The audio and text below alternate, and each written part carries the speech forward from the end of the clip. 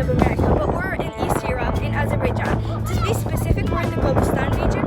Today we're in the mud volcanoes of Gobustan. I came with my dad and my cousins and my brother, and I'm going to show you guys some things around here, and it's very cool.